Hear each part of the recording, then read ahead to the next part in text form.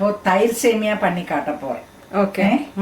அதுக்கு சேமியா வாங்கி வச்சோங்க.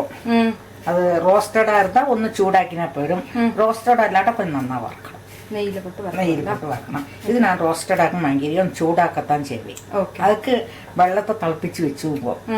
இது 1 கிளாஸ் சேமியா இருந்தா 2 கிளாஸ் வெள்ளம் திளப்பிக்க வச்சுவோங்க.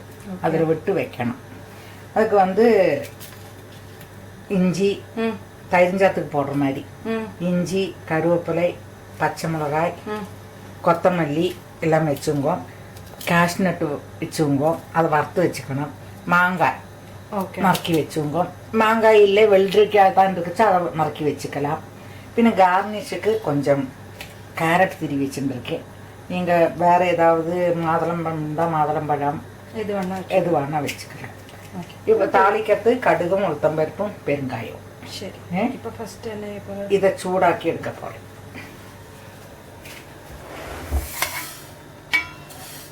ரோஸ்டட் சேமியா தான் அம்மா சூடாக்கினா போரும், வறக்கண்டா.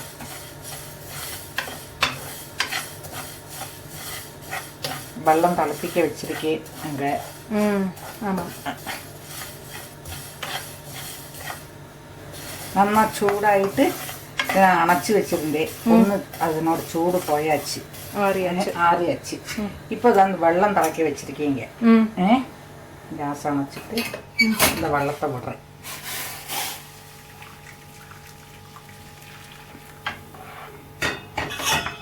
இது ஒரு 10 நிமிஷம் கழிக்கும். அதுலன்னா நீங்க கேஸை கொளுத்திட்டு 4 திளக்கி வச்சுங்க. ஓகே, அது ஈஸியா இருக்கும். அது வேகட்டும்.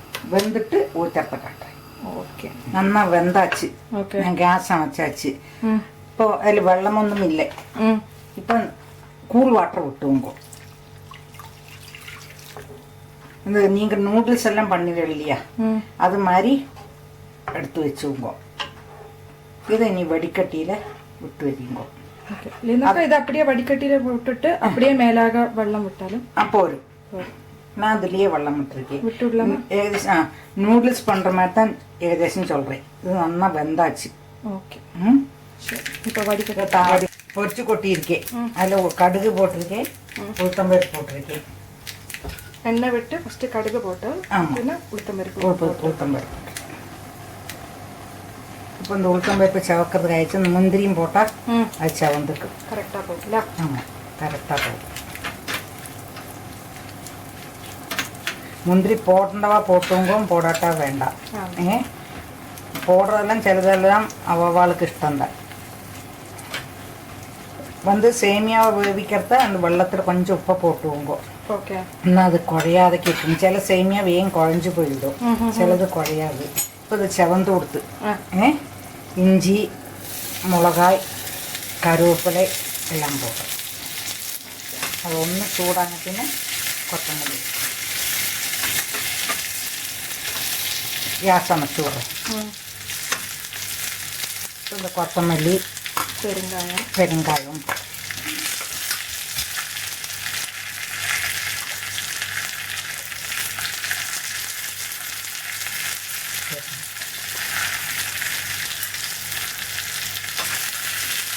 பிடிக்கிறவாக்கு அந்த தயிர் மிளகாயும் போட்டுக்கலாம். தயிர் மிளகா போட்டுக்கலாம்.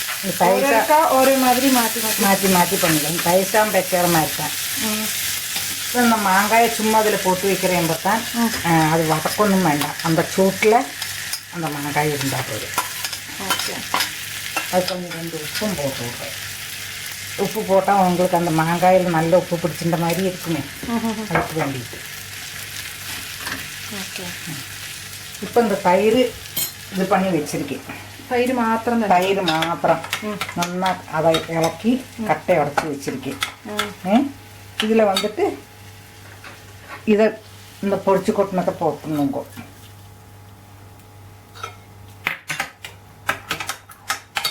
உப்பு அதுக்கு எத்தனை வேணுமோ பார்த்து உப்பு போட்டுங்க.